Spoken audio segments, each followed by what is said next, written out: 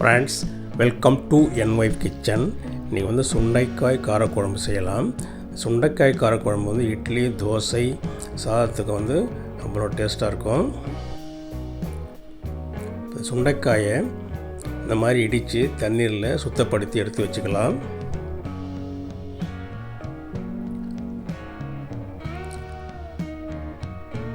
ஒரு வாணலியில் ஒரு 2 டீஸ்பூன் எண்ணெய், கடுகு, ஜீரகம், உளுத்தம்பருப்பு, கடலைப்பருப்பு சேர்த்துட்டு கொஞ்சம் வறுபடட்டும்.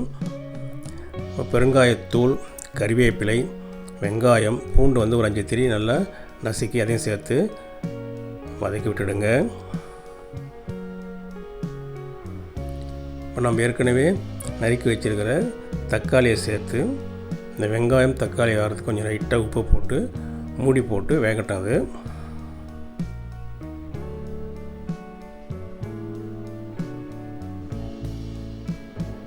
நல்லா வந்து தக்காளி வெங்காயம் நல்லா வந்துருக்கு. இப்போ இதில் வந்து நம்ம ஏற்கனவே சுத்தப்படுத்தி வச்சுருக்கிறேன் சுண்டைக்காயை சேர்த்துட்டு மறுபடியும் கொஞ்சம் வதக்கி விடுங்க.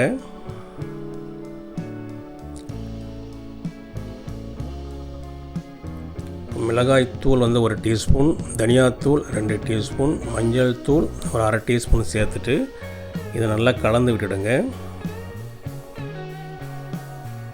இப்போ தேவையான அளவு தண்ணீர் சேர்த்துட்டு டேஸ்ட்டுக்கு இன்னும் உப்பு கொஞ்சம் பார்த்து சேர்த்துடுங்க. சேர்த்துட்டு மூடி போட்டு மறுபடியும் வேகட்டும்.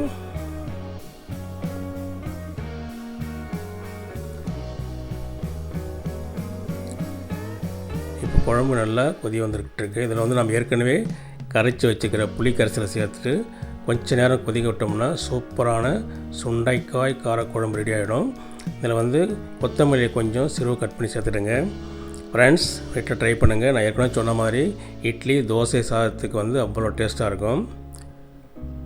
Please subscribe my channel. நன்றி, வணக்கம்.